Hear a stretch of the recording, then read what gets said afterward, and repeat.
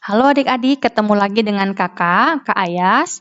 Nah, pada kesempatan kali ini ya, Kakak akan ngebahas soal-soal tentang penyajian data lanjutan dari part 1 penyajian data. Oke, langsung aja adik-adik. Di sini Kakak sudah buat soal ya. Kita baca dulu. Hasil ulangan matematika siswa SMP kelas 7 Sanggar adalah sebagai berikut. Nah, ini ada nilai siswa kelas 7 SMP nilai matematikanya. Nah, terus ada pertanyaan nih nomor 1. Dari data di atas, berapa anak yang mendapatkan nilai di atas 80 ya, nilai di atas 80.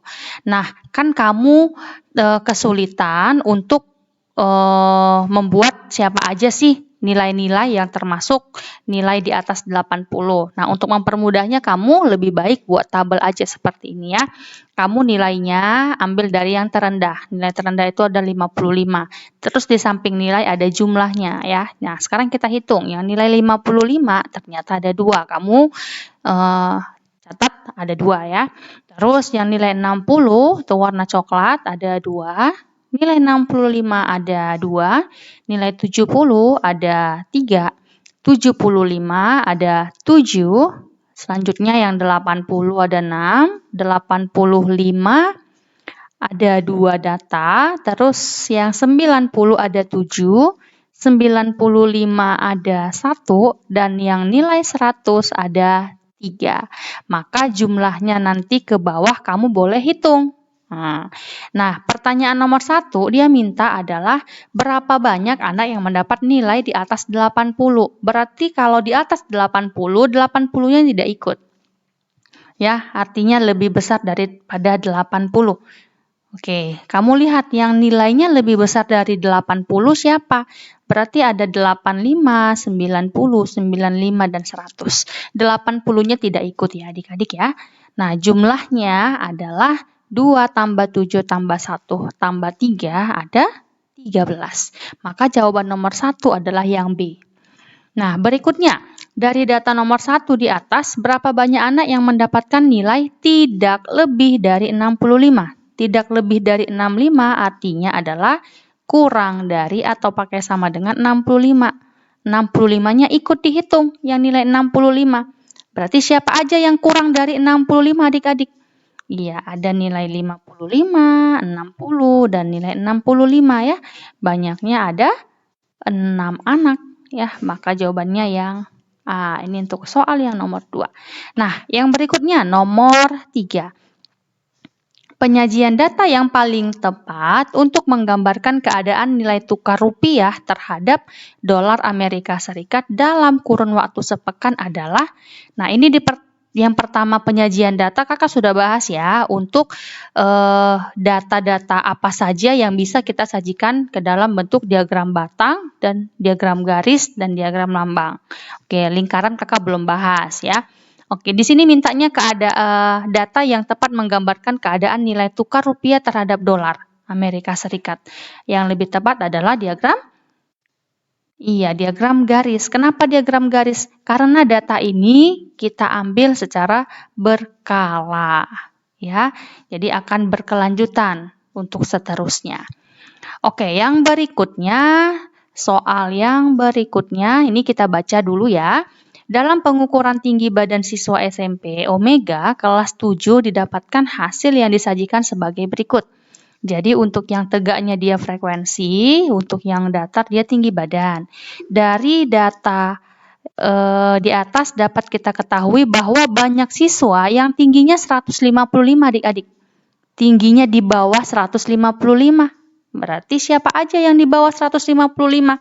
155-nya tidak ikut ya. Berarti ada 150, 45, 140, 135. Banyaknya siapa? Berapa tuh? 135 ada 4, terus ini ada 6, terus yang 145 ada 9 ya. Selanjutnya 150 ada 10. Oke, kamu tinggal jumlahkan nih. Ini tambahin, ini tambahin. Maka jawabannya berapa tuh? 4 tambah 6, 10 tambah 9 tambah 10 berarti 29 ya. Nah, selanjutnya diagram batang berikut ini menunjukkan produksi pupuk sebuah pabrik. Ya, jadi ini ada diagram batang ya untuk produksi pupuk sebuah pabrik. Oke, yang tegak itu menyatakan banyaknya produksi, sementara yang datarnya itu adalah waktunya. Ya. Selisih produksi pupuk bulan Maret dan bulan Mei. Selisih produksi pupuk bulan Maret dan bulan Mei. Kamu lihat di bulan Maret dan bulan Mei. Ya, karena yang dimintakan adalah selisihnya, ya. Di bulan Maret itu ada 10. Ada 10, sementara di bulan Mei ada 6 gitu. Karena diminta selisih berarti kamu tinggal kurangin aja. 10 dikurangin 6 sama dengan ada 4 ton ya. Oke, yang selanjutnya. Diagram berikut menunjukkan besarnya uang saku seseorang siswa dalam seminggu. Jadi ini adalah tabel besar uang saku. Ke atas itu besar uang sakunya, sementara yang tegak itu adalah harinya atau waktunya ya. Pertanyaannya, kenaikan uang saku. Kenaikan uang saku siswa terjadi pada hari apa? Antara hari apa gitu ya. Kenaikan kita lihat dari hari Senin ke Selasa. Dari 6.000 ternyata dia turun adik-adik. Nah ini tuh turun. Yang dimintakan naik kan, berarti Senin ke Selasa bukan. Nah kita lihat lagi kenaikan uang sakunya.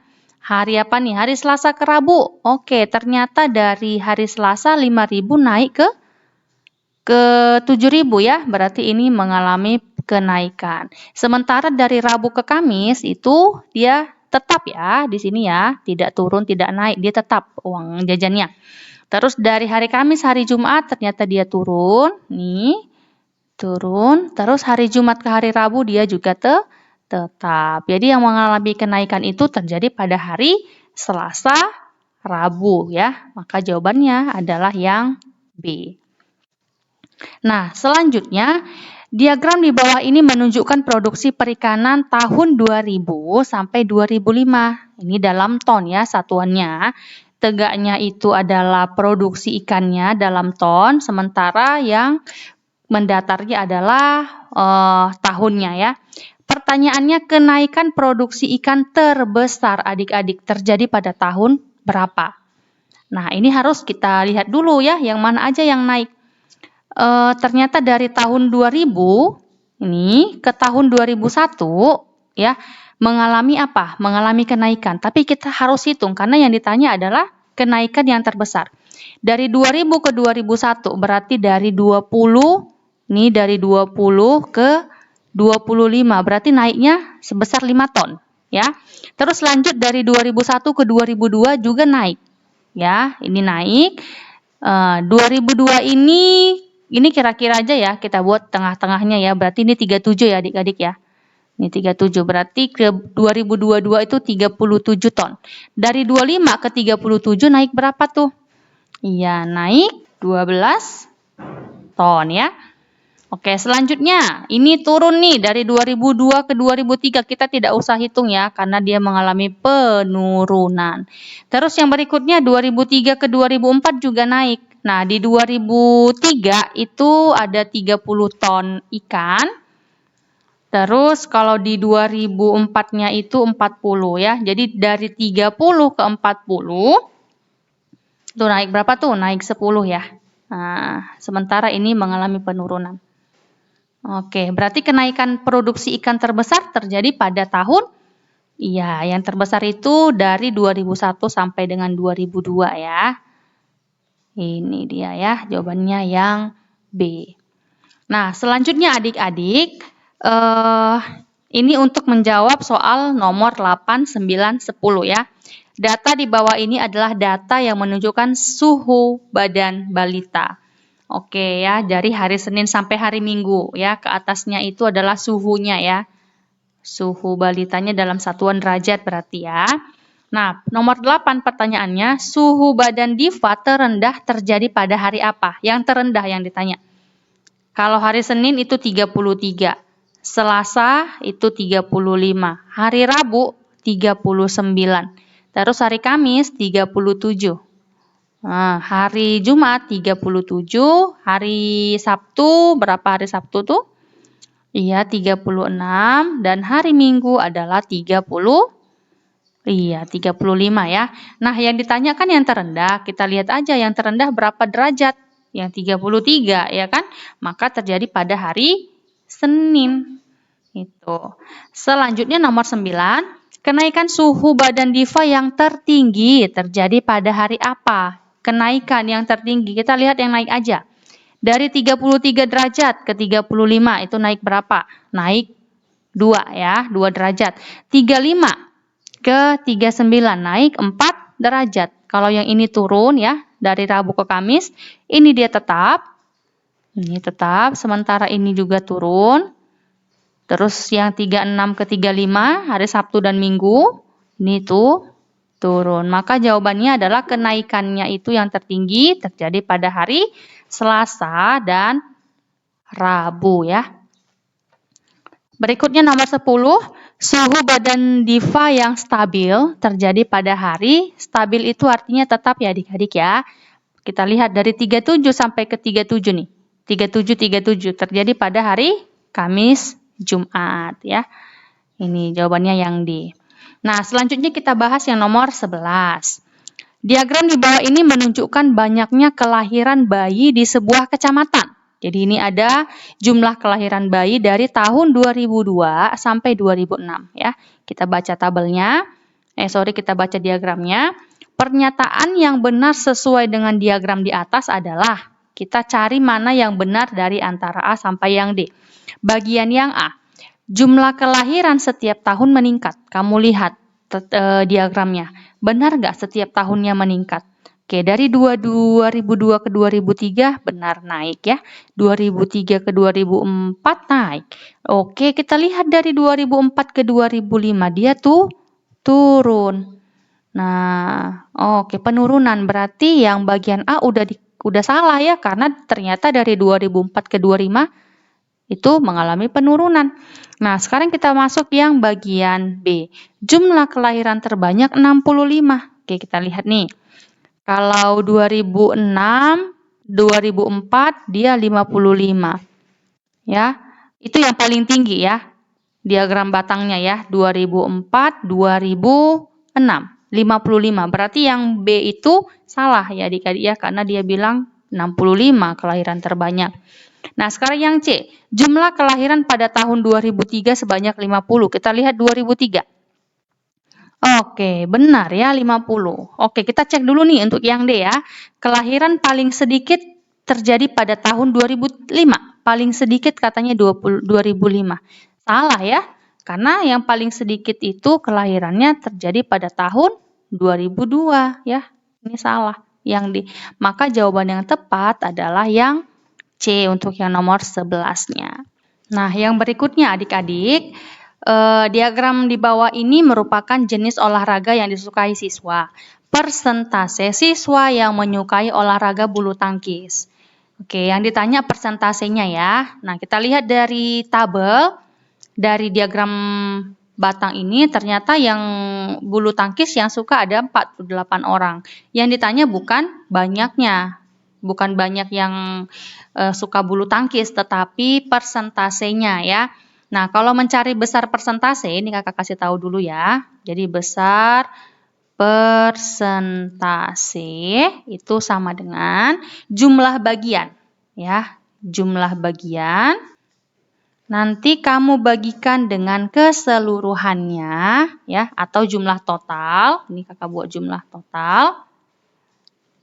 Nah, kamu kalikan dengan 100% ya adik-adik ya. Ini ya.